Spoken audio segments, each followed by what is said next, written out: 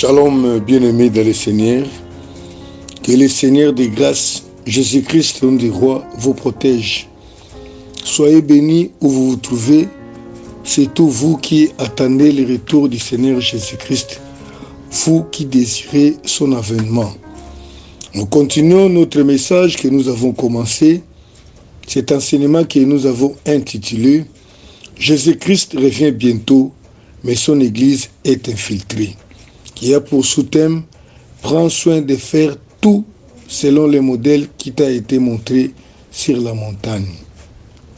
Hier, bien-aimés, nous avons parlé de l'infiltration de l'Église du Seigneur Jésus-Christ par les agents du diable. Et nous avons évoqué les versets, les chapitres 20 du livre des Actes des Apôtres, versets 29 et 30.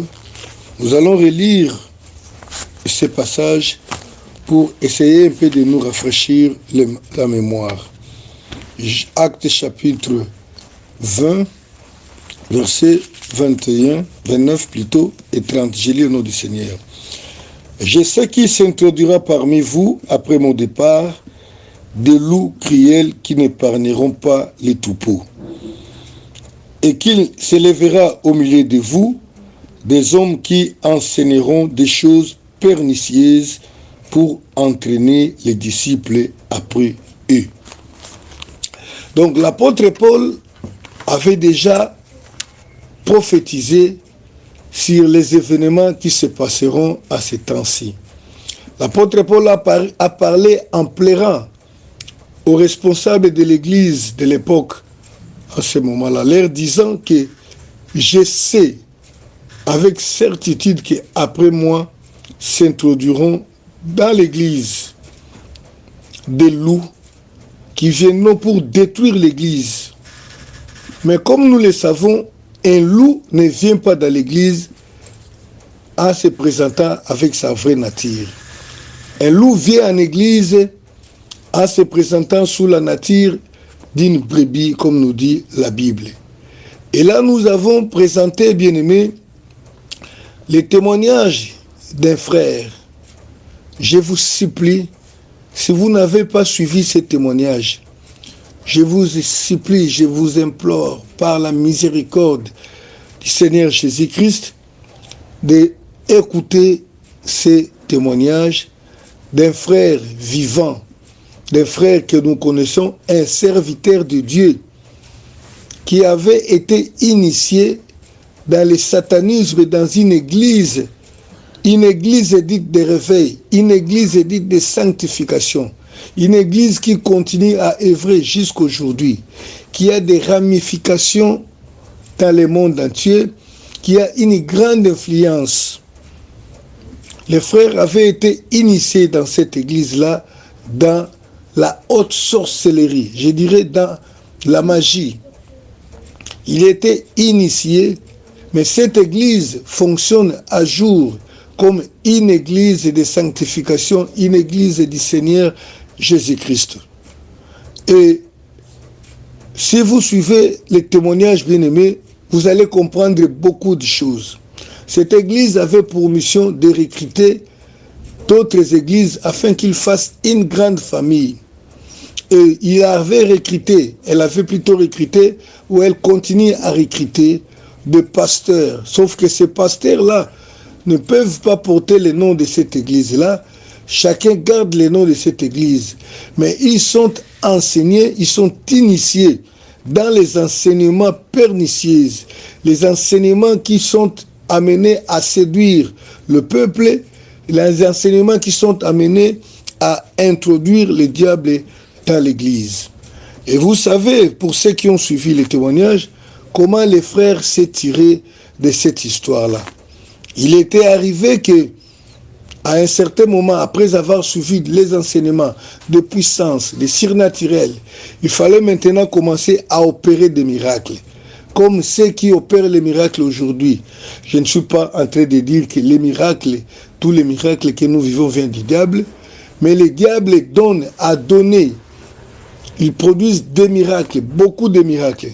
Alors, pour accéder à ces miracles-là, il fallait que les frères puissent à son tour sacrifier sa famille. Oui, les sacrifices demandés étaient assez grands pour les frères qu'il a refusé. Il avait été demandé aux frères de sacrifier sa femme et ses 3 épouses, afin qu'il accède à la cour des grands, qu'il accède à la notoriété, à la grandeur, au miracle, aux puissances, à la puissance plutôt. Mais les frères ont refusé. Et le Seigneur avait permis que les frères puissent suivre tous les enseignements pour que l'Église aujourd'hui soit avertie.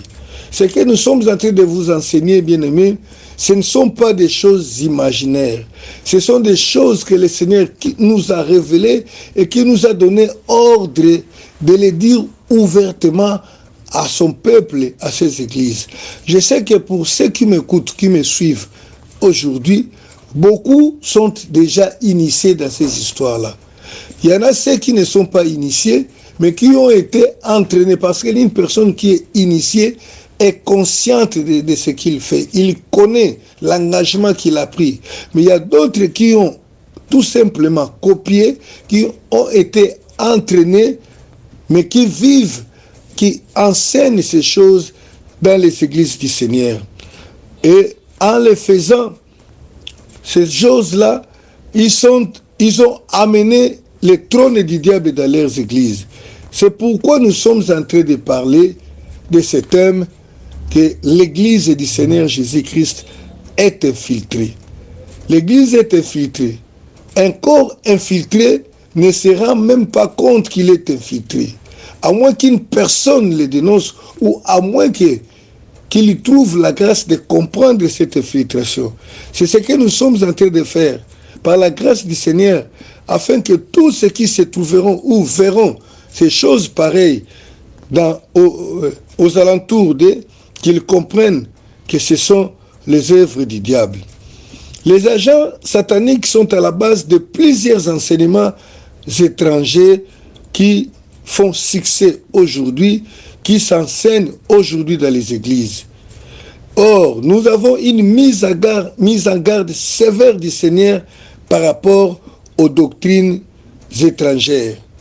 Mais aujourd'hui, par la naïveté, je ne sais pas comment, les enseignements, les doctrines étrangères sont entrées dans les églises. Les peuples de Dieu sont devenus naïfs au point qu'ils ne comprennent pas, au point qu'ils ne saisissent pas que c'est l'œuvre de Dieu. Lisons dans le livre de Hébreux au chapitre 13, versets 8 et 9. Hébreux chapitre 13, versets 8 et 9. Je lis au nom du Seigneur Jésus-Christ. Hébreux chapitre 13, versets 8 et 9. La Bible dit ceci. Jésus-Christ est le même hier, aujourd'hui et éternellement. Verset 9. Ne vous laissez pas entraîner par des doctrines diverses et étrangères, car il est bon que le cœur soit affermi par la grâce et non par des aliments qui n'ont servi de rien à ceux qui s'y sont attachés. Ne vous laissez pas entraîner par des doctrines diverses et étrangères. Aujourd'hui, nous sommes en train de parler sur l'infiltration de l'Église par les doctrines diverses et étrangères. Bien-aimés, il existe bel et bien des doctrines étrangères, des doctrines des démons. Mais malheureusement, ces doctrines sont enseignées dans les églises dites du Seigneur aujourd'hui. Alors que l'église du Seigneur est censée enseigner les enseignements de la Bible. Les enseignements du Seigneur Jésus-Christ, car il est écrit que nous sommes bâtis sur les fondements des apôtres et des prophètes. Mais vous allez retrouver que ces doctrines étrangères et diverses que nous voyons aujourd'hui dans les églises n'ont aucun fondement biblique. Et peut-être ces doctrines peuvent sembler avoir été tirées de la Bible, mais si vous la regardez de plus près, vous allez voir que ce sont les paroles de Dieu qui ont été trafiquées, les paroles de Dieu qui ont été changées. Les doctrines étrangères font rage dans l'Église. Comme je disais l'autre fois, que l'apôtre Paul avait déjà averti, nous avait déjà averti par le livre de Timothée, que dans les derniers temps, l'Esprit dit expressement que dans les derniers temps, quelques-uns abandonneront la foi pour s'attacher. Quelques-uns abandonneront la foi pour s'attacher à des doctrines séducteurs et à des doctrines des démons. Des doctrines des démons existent. Les doctrines de l'impiété, des doctrines qui font promotion du diable en cachette, les doctrines qui font promotion du péché existent. Bien-aimés, nous devons faire très attention. Je suis en train de vous supplier, prenez garde. Les enseignements que nous vous donnons ne viennent pas de l'homme, mais ça vient du Seigneur. Si vous pensez que ce que vous entendez ne vous arrange pas, je vous demanderai tout simplement de prier et de vérifier par rapport à la Bible. Car nous avons une référence qui ne peut être trafiquée, c'est la Bible. Il existe aujourd'hui des pasteurs à double identité, les agents du diable. L'apôtre Pierre nous prévient dans le livre de 2 Pierre, chapitre 2, de 1 à 3, il dit ceci. Il y a eu parmi le peuple des faux prophètes, et il y en aura de même parmi vous des faux docteurs, qui introduiront des sectes pernicieuses et qui, régnant les maîtres qui les a rachetés, attireront sur eux une ruine soudaine. Plusieurs les suivront dans leur dissolution, et la voie de la vérité sera calomniée à cause d'eux. Par cupidité, ils trafiqueront de vous au moyen de paroles trompeuses et qui menacent depuis longtemps la condamnation et dont la ruine ne sommeille pas. Il y avait beaucoup de faux prophètes aux temps anciens. Et l'apôtre Pierre confirme, de même il y en aura aussi de faux docteurs. Les faux docteurs ne viennent pas pour croiser les mains, pour danser, pour chanter, mais pour introduire des doctrines pernicieuses. Et ces doctrines qui amèneront le peuple dans la dissolution, dans la voie où la vérité sera calomniée. Aujourd'hui, les églises sont devenues, les hommes de Dieu sont devenus les sujets principaux de moquerie à cause des faux docteurs, à cause des faux enseignements qui se donnent aujourd'hui dans les églises. Malheureusement, beaucoup de pasteurs font du copier-coller, comme s'ils n'avaient pas droit au Saint-Esprit pour comprendre et interpréter la parole de Dieu. Avec naïveté, ils enseignent des doctrines diaboliques dans les églises, prises auprès de ceux qu'ils considèrent à tort comme des grands serviteurs de Dieu, alors que ceux-ci se savent bien qu'ils sont serviteurs du diable et qu'ils ont signé un pacte avec le diable, qu'ils ont pour objectif de répandre ces faux enseignements afin de détruire la vraie église de Jésus-Christ. Mais ces gens-là travaillent d'arrache-pied. Ils ont des gros moyens. Ils impriment parfois des livres pour distribuer. Ils organisent des grandes conférences. Ils donnent à manger aux invités. Ils leur payent même. Et ceux qui tombent souvent de leur filet sont ceux qui sont devenus pasteurs par manigance, parce qu'ils ont l'argent, par leur relation familiale, par leur formation théologique, parce qu'il y avait une opportunité, et parce qu'ils n'avaient pas un emploi. Ils admiraient de devenir pasteurs un jour à cause des costumes que les pasteurs portaient, et enfin, ils sont devenus pasteurs. Mais parce qu'ils n'avaient pas un appel sérieux, ils tombent facilement. Bien aimé, des choses difficiles, des choses terribles se passent aujourd'hui dans les églises. Les enfants de Dieu doivent comprendre La raison pour laquelle les occultistes travaillent dans les églises, c'est parce que l'église est la maison de Dieu. Elle est le siège de Jésus-Christ sur la terre. Il est important pour le diable de saper l'œuvre de Dieu à partir de ce qui fait sa fierté sur la terre. Comme les enfants de Dieu se réunissent dans les églises, communautés, j'ai dit, c'est là où le diable espère gagner beaucoup de nouvelles âmes. Car tous ceux qui n'ont pas reçu Jésus lui appartiennent déjà. Seule l'église est le lieu où il ne contrôle pas. D'où il faut l'infiltrer à partir des représentations, à partir des églises, communautés. C'est son champ missionnaire d'aujourd'hui. Alors que le champ missionnaire de Dieu est le monde. Mais le champ missionnaire du diable, c'est l'église. La mission principale de ces occultistes dans les églises, c'est d'offrir aux chrétiens un culte sans Dieu. Ils ne veulent pas, vont pas détruire l'église comme ça. Vous êtes là, l'église dit que l'église ne va plus exister. Non. Il faut que l'église d'apparence existe, mais il est dans l'église, il y travaille pour détruire l'église. Et comment? L'église est là, il fonctionne, il offre un culte à Dieu, mais un culte que Dieu ne peut pas accepter. C'est un culte qui se fait contre la parole de Dieu. Un culte qui ne respecte pas Dieu. Un culte contre les principes de Dieu. Un culte qui va gêner Dieu ou qui va l'humilier et l'insulter. C'est ainsi le diable enverra ses missionnaires pour créer des églises et infiltrer des agents dans les églises, communautés qui servent Dieu dans la vérité, qui deviendront des pasteurs responsables afin qu'ils arrivent à instaurer les systèmes qui sont à l'encontre de la parole de Dieu. Il n'est pas difficile, bien aimé, de discerner un pasteur occultiste.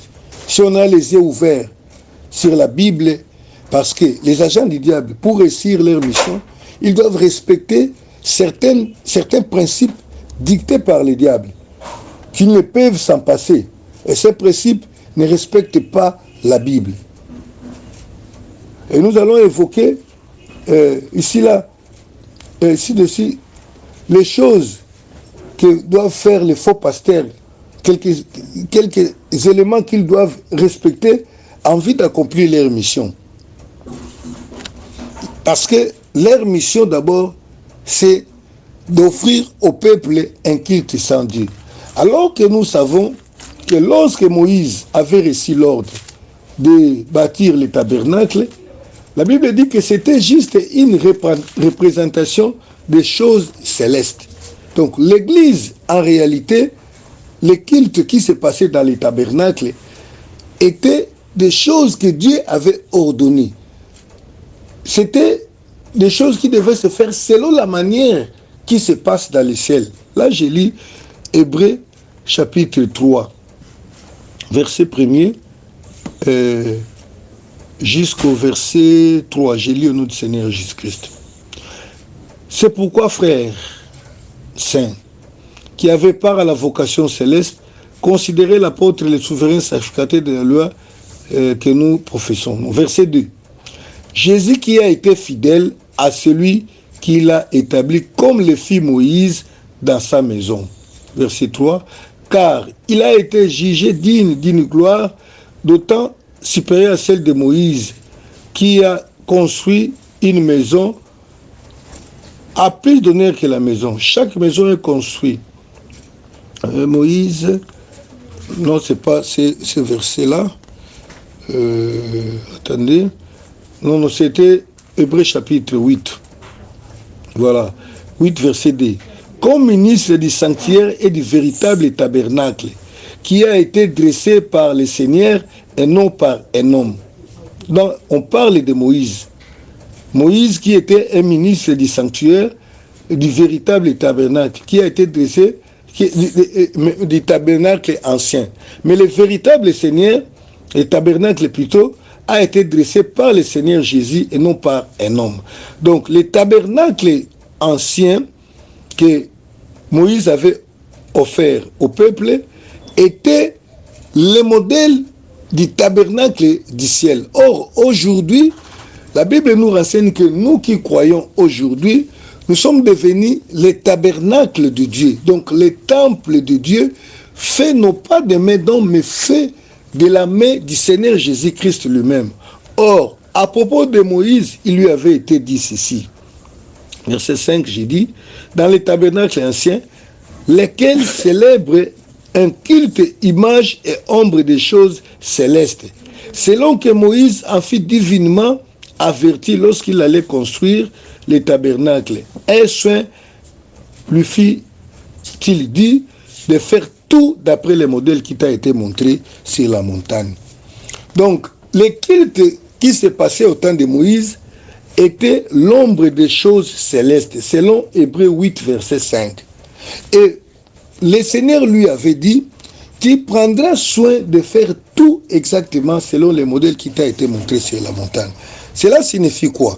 Cela signifie que tout ce que faisait Moïse était la photocopie de ce qui s'est passé, de la façon dont on rendait culte à Dieu dans le ciel.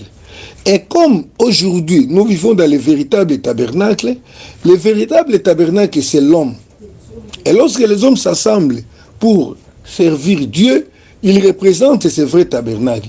Donc, ils sont censés rendre culte sur la terre comme le culte se rend dans les cieux. C'est pourquoi il avait été dit à Moïse qu'il doit faire exactement comme ça se passe au ciel.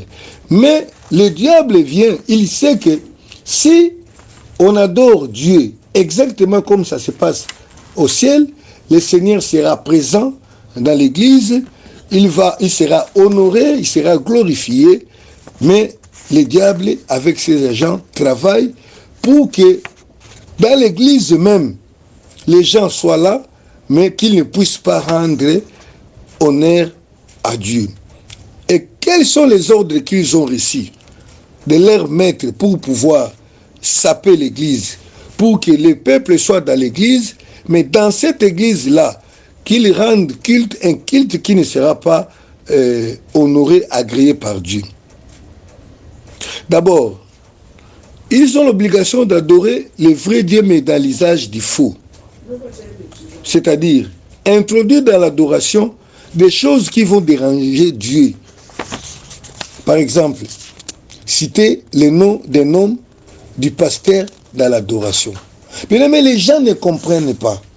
Lorsque nous adorons le Seigneur et que nous introduisons le nom d'une personne, le Seigneur qui est jaloux ne reçoit pas cette adoration. Les diables le savent, les satanistes le savent. Et qu'est-ce qu'ils font? Ils vous amènent dans l'église, ils font tout pour que vous introduisiez soit leur nom, le nom du pasteur, le nom d'un homme, dans tout ce que vous faites, afin que l'adoration ne parvienne pas à Dieu. Il faut falsifier la parole de Dieu, ils doivent instaurer la fausse doctrine. Et il ne faut jamais citer le nom de Jésus, Christ mort sur la croix, dans le sens de l'honorer. Ils peuvent citer le nom de Jésus-Christ, mais parfois dans les mensonges, dans des déclarations qui sont fausses. Parfois lorsqu'ils se moquent de Jésus, dans des paroles. Dans d'autres contextes, on parlait simplement de Dieu. Et en faisant ceci, l'absence de Dieu véritable sera assurée dans le culte. Ainsi, leur mission sera accomplie. Le pasteur a double identité. Ils doivent apprendre à gens, aux hommes, à beaucoup danser dans l'église, à faire des bruits, des futilités, à s'occuper des choses secondaires comme la musique, les sports, les excursions, les fêtes, les anniversaires, les deuils, les aides financières, et de mettre de côté la sanctification et la justice de Dieu. Et c'est comme ça que l'église a été infiltrée. Vous verrez l'église qui travaille pour avoir une bonne sonorisation. C'est pas mauvais. Ils ont tout misé là-bas. Et lorsque la musique joue dans l'église, ce sont les danses obscènes qui sont dansées dans l'église. L'église se donne dans la pratique du sport. Et il se cache derrière les Écritures. Le Seigneur a dit, les exercices physiques sont utiles, mais à peu de choses. Bien aimé, ça peut être utile, mais ce n'est pas l'église d'organiser ces choses-là. Ils organisent les excursions, les fêtes, les anniversaires, les deuils. Mais la sanctification, la justice de Dieu sera mise de côté. Or, la Bible dit, sans la sanctification, personne ne verra Dieu. Voilà de quelle façon le pasteur double agent introduisent le mal dans l'église. Ils vont troubler l'église en élevant la valeur d'une personne. Il y a une personne qui est élevée à l'église, dans l'église aujourd'hui, qui s'appelle les visionnaires. Je sais que beaucoup de gens ne vont pas m'accepter, mais je vous mets à défi. Prouvez-moi dans la Bible qu'il y a eu un pasteur qui s'est fait appeler visionnaire. Vous savez, dans chaque armée, il y a aussi ce qu'on appelle la nomenclature, c'est-à-dire la façon dont où on doit nommer les militaires ou les agents. Si par exemple, dans notre armée, il n'existe pas un grade qui se fait appeler sergent général, et qu'une personne se fait appeler sergent général dans l'armée, cette personne, en réalité, dans l'armée ne peut pas être comptée. C'est ce qui se passe aujourd'hui. Les gens ont hâte de s'attribuer des titres, des noms. Les gens prennent les noms des visionnaires, les gens prennent les noms des archibishops. Oui, quelqu'un qui se peut appeler bishop, nous pouvons accepter parce que ça existe dans la nomenclature de la Bible. La façon de nommer des gens qui exercent des fonctions dans la Bible. Mais le diable vient, il élève une personne qu'on appelle visionnaire, qui vient des choses qui ne viennent pas de Dieu. Il refuse parfois la diversité des dons dans l'église. Il met l'accent sur la seule personne qui est le visionnaire. Comme nous allons le voir dans les mauvais enseignements. Là, je suis en train juste de montrer des choses qui sont élevées, qui entrent, qui travaillent aujourd'hui dans les églises. Mais dans les enseignements des démons, les enseignements pernicieux dans les églises qui fonctionnent aujourd'hui, nous allons essayer d'expliquer un peu plus en profondeur. Et le diable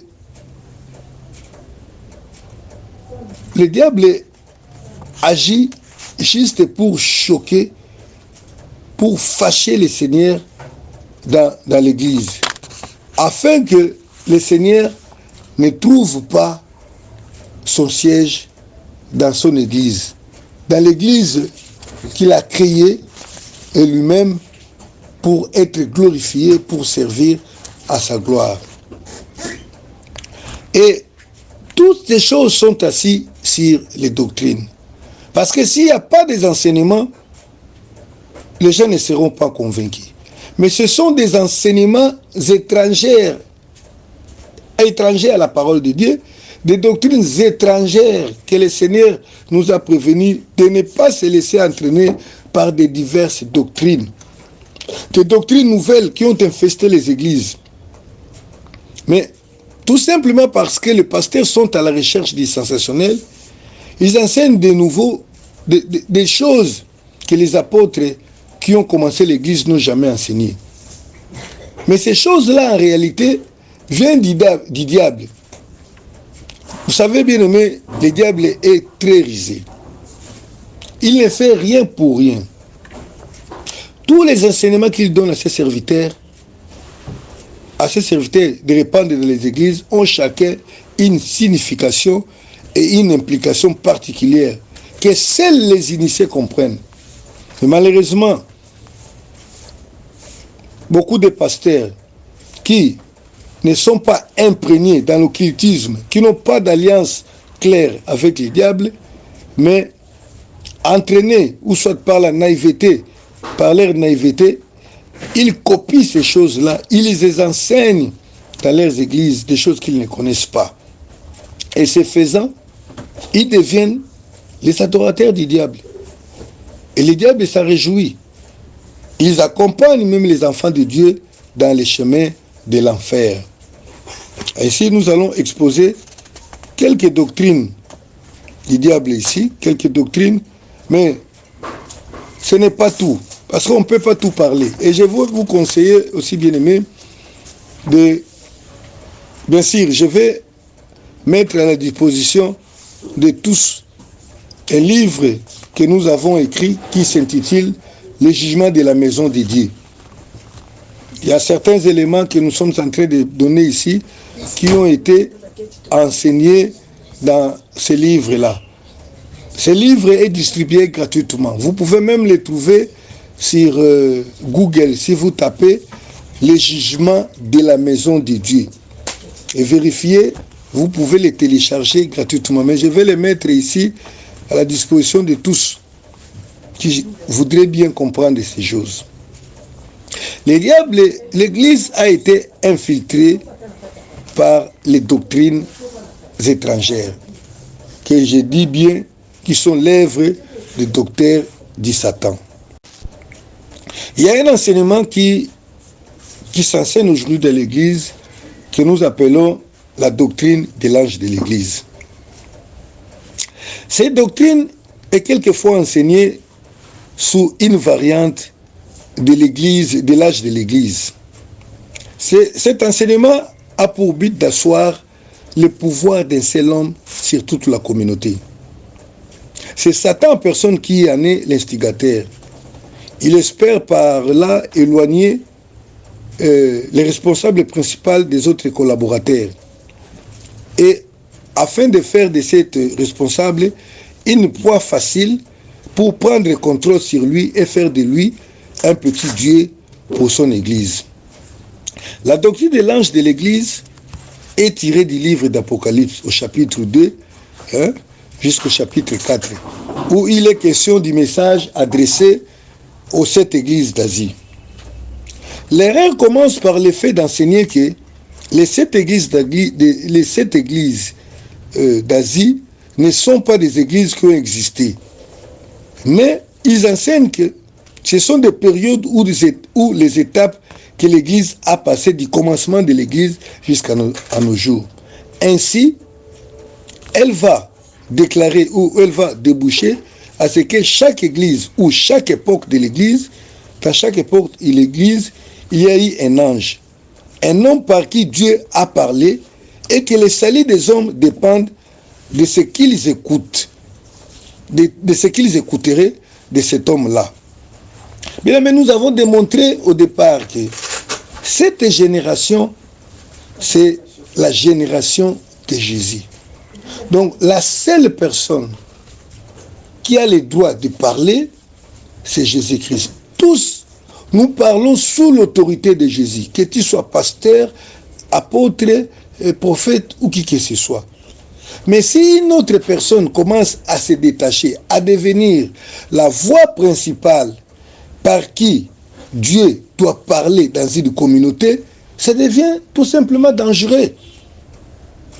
Alors pourquoi la Bible a dit que dans l'Église, il y a plusieurs dons, si Dieu ne peut parler que par une seule personne?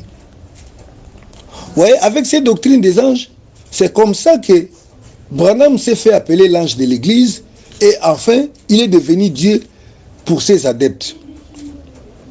Dans cet enseignement, la doctrine de l'ange de l'Église, elle finit par déclarer cette époque, celle d'aujourd'hui, la 7e Église, en lui donnant aussi un ange dans chaque Église ou chaque communauté, qui en réalité, cet ange-là, ne sera que le responsable de la communauté. C'est ce qui est enseigné parfois chez les branhamistes. Même les témoins de Jéhovah ont ces mêmes structures. Ce qu'ils font là, la pyramide là. Les branhamistes ont leur façon de compter. La première église et la 7e, l'ange de l'église, c'est Branham. Mais pour les témoins de Jéhovah, l'ange de 7e église, c'est M. Charles Russell qui est le fondateur de leur secte.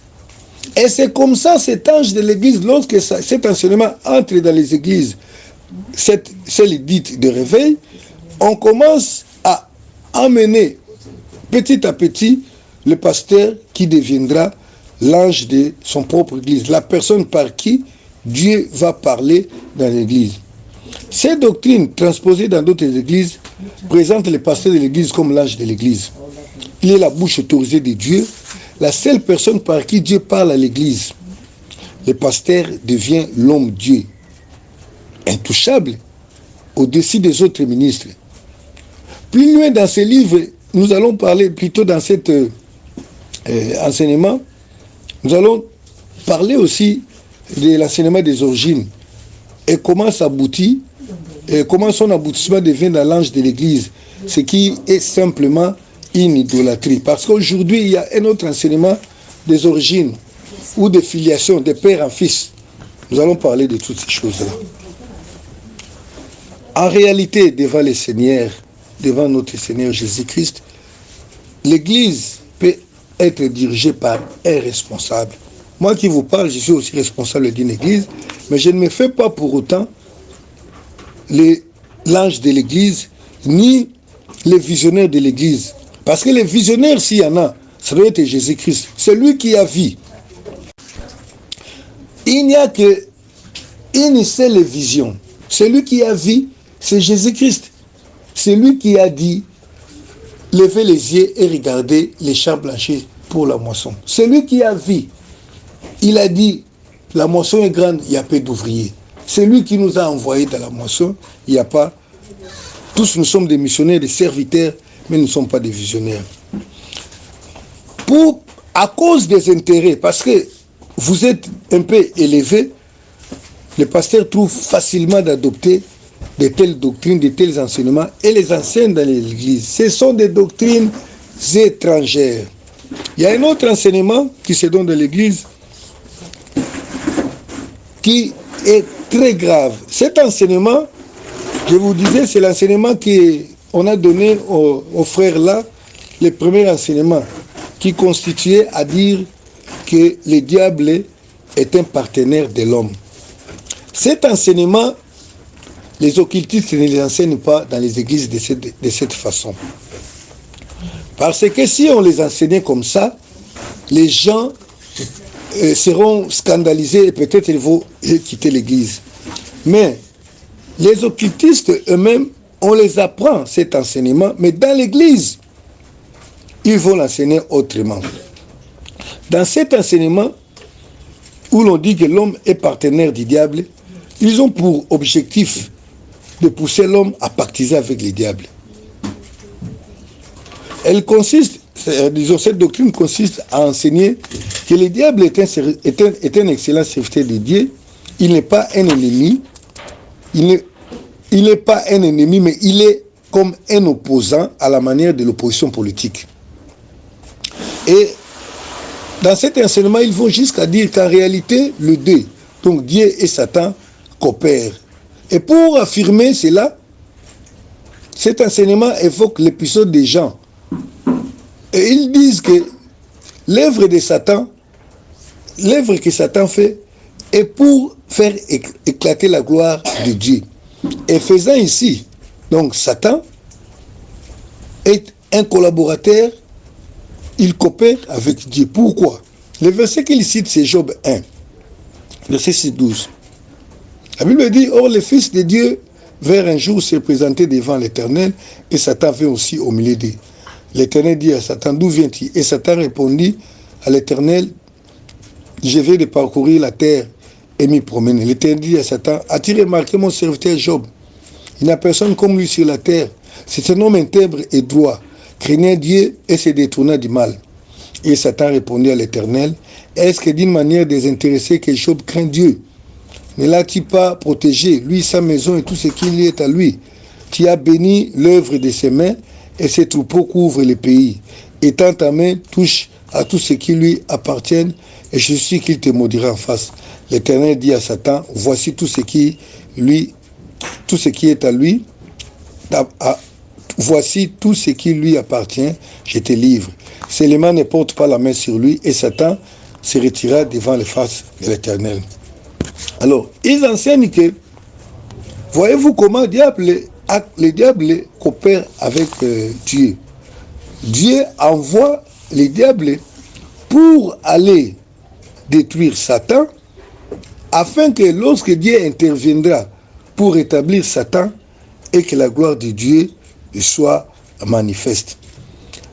Là, de tels enseignements, on ne les donne pas à l'Église. Mais les gens qui sont convaincus par cet enseignement, ils vont plus avoir peur du diable. Ce qui va les amener un jour à pactiser avec le diable. Mais tandis que dans les églises, les pasteurs qui ont déjà suivi cet enseignement, qui ont adopté, qui l'ont accepté, ils ont pour objectif, ils vont plutôt agir dans l'église de façon à laisser les diables qu'ils ont acceptés comme un collaborateur du diable de travailler aisément dans l'église. Comment est-ce que vous allez le constater? Dans ces églises-là, des pasteurs qui ont accepté cette doctrine, que le diable est aussi un serviteur de Dieu, un collaborateur, qu'est-ce qu'ils font? Ils interdisent aux gens de chasser les démons dans l'église. Mais parce qu'ils ne peuvent pas interdire de façon ouverte, dire aux gens, il ne faut pas chasser les démons dans l'église, ils s'appuient sur certains enseignements disant que Jésus a déjà vaincu. Par exemple, ils disent que Jésus a déjà vaincu sur la croix. Là où les enfants de Dieu sont, là où la gloire de Dieu est présente, l'ennemi n'a plus le temps d'agir. Il faut tout simplement adorer. Si vous adorez, le diable ne peut plus agir dans l'assemblée où vous êtes. Donc, ils feront tout pour que dans le culte, qu'on ne puisse pas chasser les diables, qu'on ne puisse pas faire la prière que nous appelons la prière d'autorité. Pourquoi? Parce que, en faisant cette prière d'autorité, si dans l'église, il existe des enfants de Dieu qui sont réellement des enfants de Dieu, qui ont encore le Seigneur Jésus-Christ dans leur vie, qui ont encore le Seigneur Jésus-Christ dans leur vie, ils risquent de perturber dans l'église la gloire de Satan. Et pour laisser libre circulation à Satan de l'église, ils vont interdire aux gens par des enseignements et par des paroles, en leur disant que laissez les diables tranquilles, il n'a rien à faire, nous sommes dans la victoire, Jésus a vaincu. Alors que nous savons noir sur blanc, parmi les recommandations que le Seigneur nous a données en faisant les disciples, il a dit, vous chasserez les démons. Parce qu'il savait que les démons seront là, que les démons parfois viendront là où nous serons réunis dans des cultes pour servir le Seigneur notre Dieu. Mais les diables étant trop rusés, nous devons faire attention à lui. Il y a une autre doctrine qui est enseignée dans l'Église, les doctrines que nous pouvons intituler que l'enfant de Dieu ne pêche pas. Vous savez bien qu'il est écrit dans 1 Jean, la Bible dit l'enfant de Dieu ne pêche pas. Mais le diable qui est toujours rusé a changé le contexte de cette parole pour en faire une doctrine juste pour souiller l'église du Seigneur. 1 Jean chapitre 3, la Bible dit ceci, c'est par là que se font reconnaître les enfants de Dieu et les enfants du diable. Non. Quiconque est né de Dieu, 1 Jean chapitre 3, verset 9. Quiconque est né de Dieu ne pratique pas les péchés parce que la semence de Dieu demeure en lui. Il ne peut pécher parce qu'il est né de Dieu. La Bible dit que celui qui est né de Dieu, celui qui a Dieu dans lui, ne vit pas dans la vie du péché. Mais il y a une doctrine satanique qui fait l'apologie du péché, qui fait la promotion du péché, qui enseigne que quelqu'un qui est déjà né de Dieu, à un certain niveau pour lui, comme le Seigneur est mort sur la croix pour ses péchés, ces péchés ne sont plus comptés. Donc, même s'il fait quelque chose, ce n'est plus un péché. Mais s'il ne les enseigne pas, s'il n'enseigne pas ouvertement comme ça, ils vont tout simplement enseigner que le péché est mauvais. Mais tandis qu'ils ne vont jamais punir les péchés. Il ne faut jamais punir les péchés dans l'église, discipliner les péchés. Ils vont parler tout simplement. Cette doctrine est parmi les doctrines les plus controversées. Dans cette doctrine, ils enseignent que la mission de Jésus était d'ôter les péchés du monde. Comme Jésus l'a accompli, le péché réel n'existe plus pour l'enfant de Dieu. Et l'enfant de Dieu peut faire n'importe quoi. Tant qu'il est dans l'alliance, Jésus les défendra toujours. Donc c'est ça, les enseignements du diable. Et à certaines personnes qui croient à ça, ils amènent ça dans leurs églises. Dès que vous commencez à enseigner de telles doctrines, sachez que vous êtes en train de chasser Jésus dans l'église. Ils disent que les serviteurs de Dieu ne peuvent pas être jugés par les hommes, Dieu lui-même les jugera. Mais nous savons que la Bible dit que l'homme spirituel juge de tout, il est jugé par personne. Ou bien dans l'église, on doit quand même juger. Un enfant de Dieu ne peut jamais perdre son salut une fois sauvé. C'est ça les doctrines de l'apologie, la promotion du péché. Lorsque nous sommes sauvés, le salut ne peut plus être perdu. Ils enseignent beaucoup de choses. Que tout homme sera payé selon ses œuvres, c'est-à-dire un fidèle qui gagne 100 âmes, 100 âmes pour Dieu, malgré sa vie de l'impudicité, sera payé par rapport à son œuvre du salut de ses 100 âmes. Parce qu'il aurait été à la base des 100 fêtes dans les ciels à l'occasion de ses conversions. Donc, quelque part, vous voyez l'église. On enseigne à l'église, mais on finit quand même par... Vous pouvez les voir enseigner certaines vérités dans l'église, mais ils chercheront toujours à injecter dans les enseignements une brèche qui va ouvrir la porte au péché, qui va permettre aux gens de pécher tranquillement sans être inquiétés. Même s'ils n'enseignent pas ces choses ouvertement, mais ils vont laisser quelques portes ouvertes pour que les gens continuent à pécher. Par exemple, on va parler sur la prédestination pour dire qu'on n'a rien à faire. Peu importe ce qu'on fait, on est déjà sauvé dès la fondation du monde.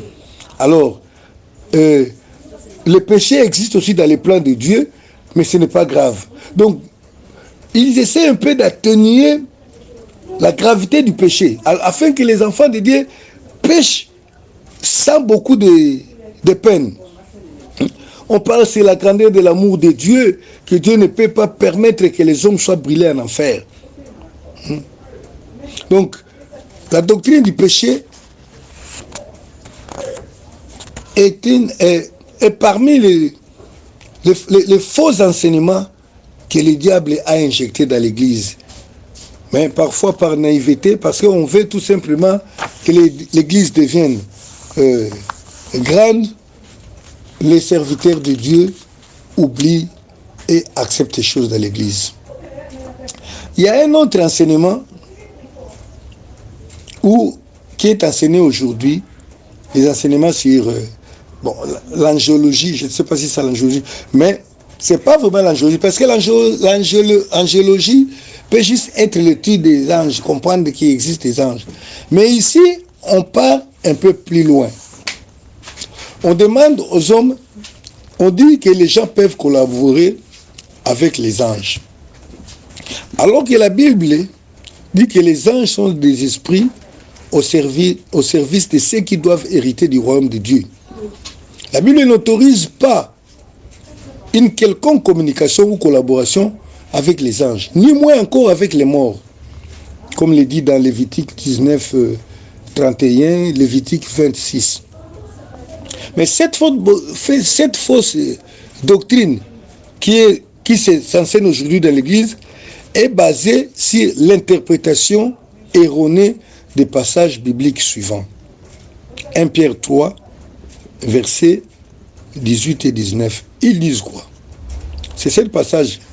Christ a souffert une fois pour les péchés, lui juste pour les injustes, afin de nous amener à Dieu, ayant été mis à mort quant à la chair, mais ayant été rendu vivant quant à l'esprit, dans lequel aussi il est allé prêcher aux esprits en prison.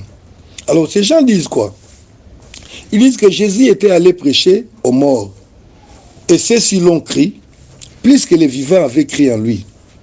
C'est de là qu'ils auraient réussi, ils disent que c'est là que Jésus a réussi le pouvoir de la résurrection de paraître et de disparaître. Cette doctrine, cet enseignement est enseigné de manière cachée par ceux qui sont initiés dans l'occultisme. Donc par cela, ils encouragent les contacts avec les morts. Et les anges, qui en fait ne sont que des démons, disant qu'ils sont puissants, plus que les vivants, ils peuvent aider aussi les vivants. C'est comme ça que dans les secrets, lorsqu'ils enseignent comme ça, c'est juste pour convaincre aux gens initiés d'invoquer les morts, d'aller faire des prières dans des cimetières. Bon, il y a beaucoup de choses. J'aimerais que ceux qui auront le temps de suivre les témoignages du frère, ils vont voir comment les occultistes se font dans des morgues pour pouvoir travailler et recevoir les puissances. Mais dans les églises, parce que ce qui nous intéresse, ce qu'ils enseignent dans l'église, dans les églises, il y a un enseignement où on dit que l'homme peut commander son ange gardien. Bien aimé, il ne nous a jamais été autorisé, de quelque manière soit-elle, de parler ou même de donner un ordre à un ange. Mais dans l'église, on ne va pas vous dire qu'il faut aller coopérer avec les esprits des morts, mais on va tout simplement vous dire que les enseignements des alliances sont des enseignements par lesquels les pasteurs occultistes, les diables, ont réussi à lier beaucoup d'enfants de Dieu et à les livrer à Satan, leur maître caché. Les enseignements d'alliance, nous allons enseigner ça demain, nous allons continuer avec d'autres enseignements, d'autres doctrines qui ont infiltré les églises.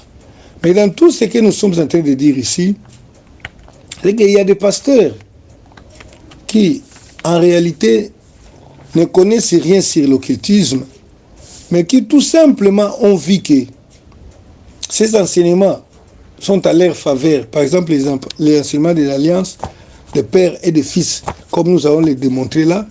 Ils trouvent que cet enseignement leur donne un avantage financier, matériel, leur donne la possibilité de bien dominer, de bien diriger.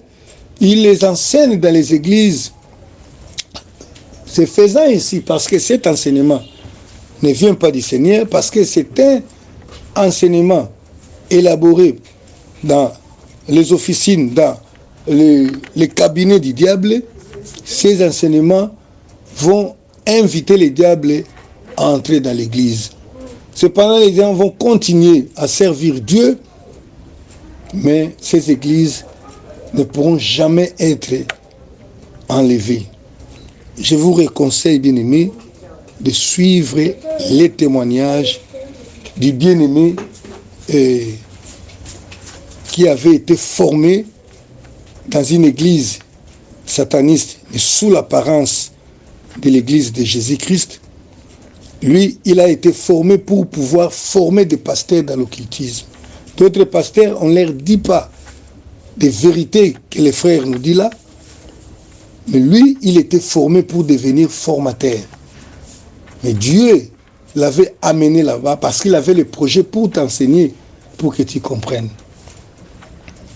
Vraiment, je vous conseille de suivre ça, de regarder sur le site YouTube de Jésus-Christ Revient TV, site YouTube de Christ sans frontières TV, et vous allez suivre ça. Sinon, demain, nous continuons notre enseignement. Jésus-Christ revient bientôt, mais son Église est infiltrée. Amen.